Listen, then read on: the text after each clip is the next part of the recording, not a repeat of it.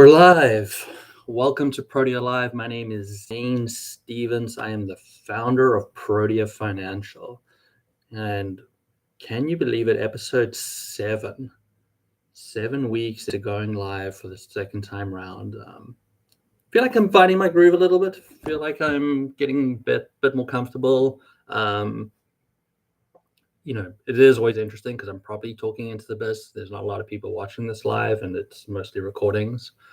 But I feel like I'm finding my groove. I'm feeling like getting a little bit more comfortable on things. So pretty happy to be here. I feel like these are going well. I'm learning a lot, and hopefully you all learning a lot as well.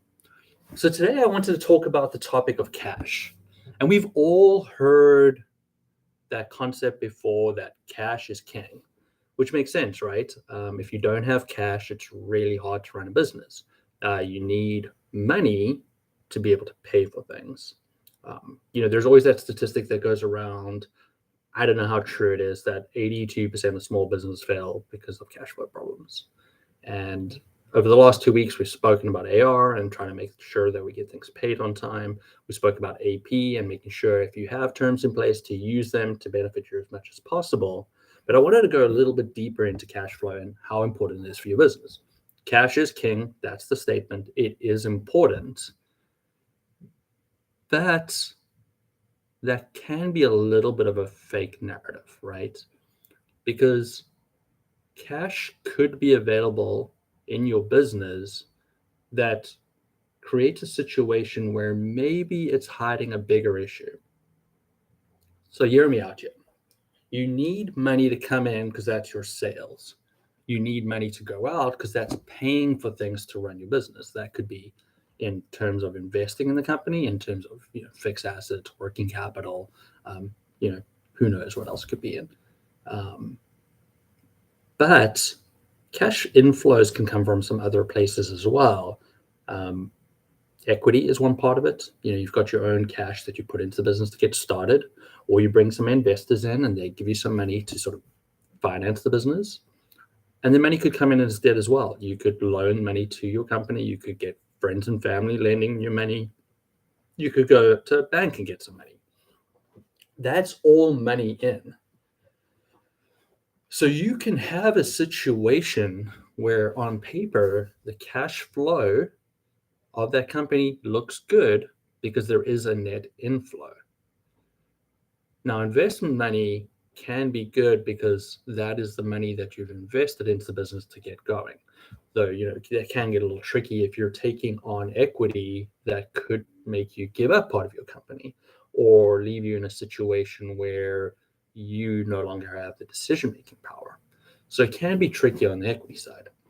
Debt, though, as much as that cash flow can help you fund some of the operations, maybe you need to buy some equipment, maybe you need to fund working capital, it comes with interest. And interest is an outflow. With most, debt instruments, you're either paying capital and interest back, and sometimes you're just paying the interest back. So you continue to gather interest along the way.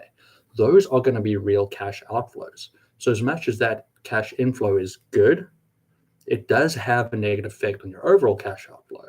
So in the short term, the business might look cash healthy, but that can quickly get deteriorated if you're spending the money where you need it, and then you have to make those payments.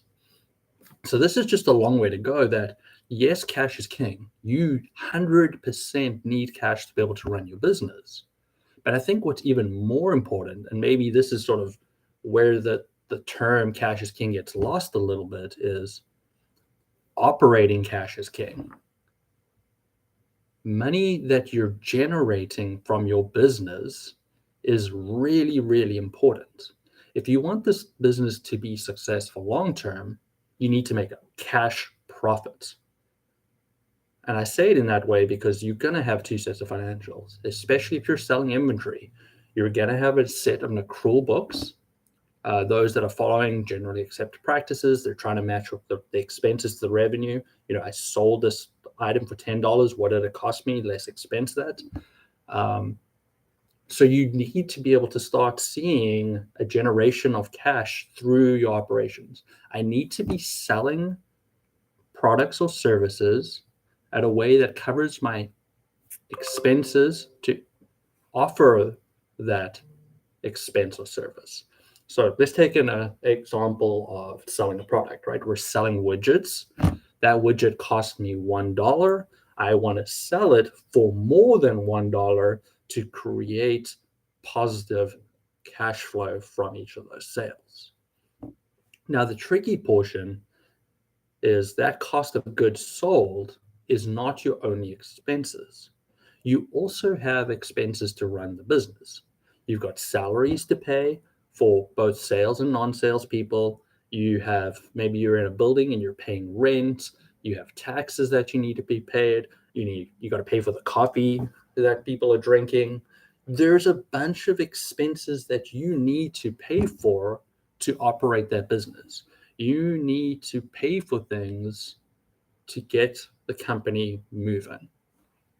So sales become really important to you, and not just how much sales do I have. It's important to understand, am I making a profit on those sales? Do I have excess funds from each sale to start covering my operating expenses? This is where it gets sort of important that people need to understand what the cost of their product that they're selling is and how that works out. And we maybe talk about that in a later video. But we service the wine industry where it's really complicated to figure out what the cost of that product is if you're a winery that's growing your own grapes. Because there's not just a bunch of different components within it, there's also a long timing effect of it. So you have allocation of overheads that happen there as well. So it gets a little complicated. We'll try to stay away from that today. But as a business owner, you should be able to understand what is your break-even analysis for a business. At what point do you make a profit on the cash basis as well as on the accrual basis? So the cash basis would be just going, okay, I have $10,000 of operating expenses per month. How many sales per month do I need to make to cover that 10,000? From an accrual basis, it's important to know as well, because you actually need to fund that working capital. So you need to understand, well, if I've got $10,000 of operating expenses, I can't just make $10,000 of sales to cover those operating expenses.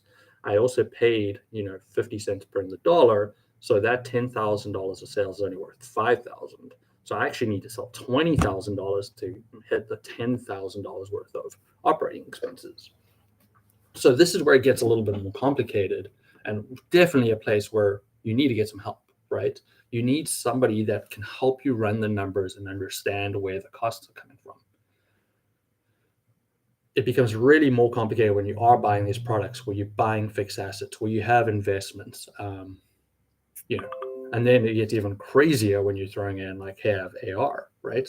Accounts receivable. I'm going to sell you something now. I'm going to pay you in the future. So understanding all these concepts, what I'm selling for, what my gross margin is, what my break-even analysis, what is the timing of my cash flow, becomes this big swirl of numbers that becomes really critical to be able to understand, is your business truly making positive cash flow? At what point will cash really become king in my business, because my cash inflows are more than my cash outflows, not just from an operating standpoint, but also from an investing and financing standpoint. So we go back to the beginning conversation, you might be paying interest on some debt. You might have to make some capital payments on that debt. That is also scraping away at that cash flow. If we think about cash as king, we need to really understand what we're talking about. Your business needs enough cash to pay all of its bills to allow it to continue to operate.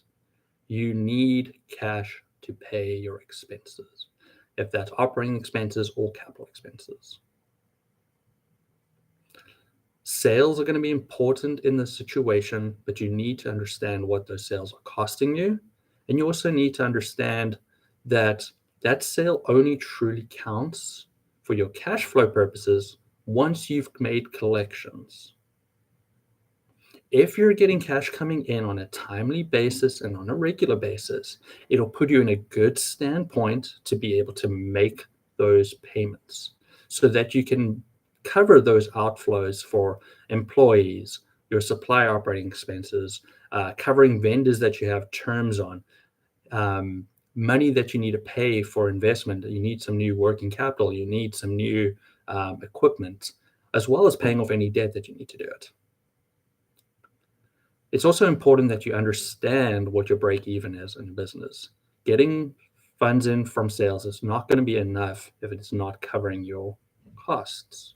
So you need to understand how much sales you need to be making and how frequently you need to be collecting those sales to understand that you can cover your future expenses. So it's important as a business that we focus in on making sure that we always are doing an analysis to understand how much sales and collections we need to cover expenses. So that is a starting point of know your expenses, which understand how much sales you need to be made. Cash is king. As the stat goes, 82% of small businesses fail if they do not have enough cash. We need to understand what our outflows are, what the value of them are, as well as the timing, to understand what we need our inflows in. Hopefully your business is operating in a way that you have enough inflows from sales to cover your outflows of your expenses, else you will have to look at alternative funding sources, either through an equity investment or through debt. Cash is king, and you do need to understand what is happening with your business. Beginning cash plus your inflows less your outflows gives you an ending cash balance, and you really want that ending cash balance to be positive. Also, you need to go figure out, how do I get more inflows? Or you need to figure out a way to reduce those outflows. Cash flow planning for your small business is going to be critical, and getting assistance in this space is really important. You've got to be understanding what your cash needs are in the next week, month, quarter, year. And if you're looking for growth, you maybe even have to go a few more years out. Cash is king. Do what you can to make as much cash flow in, and be wary of your cash flows out. Thanks for joining me on Protea Live. My name is Zane Stevens. I'll see you next time.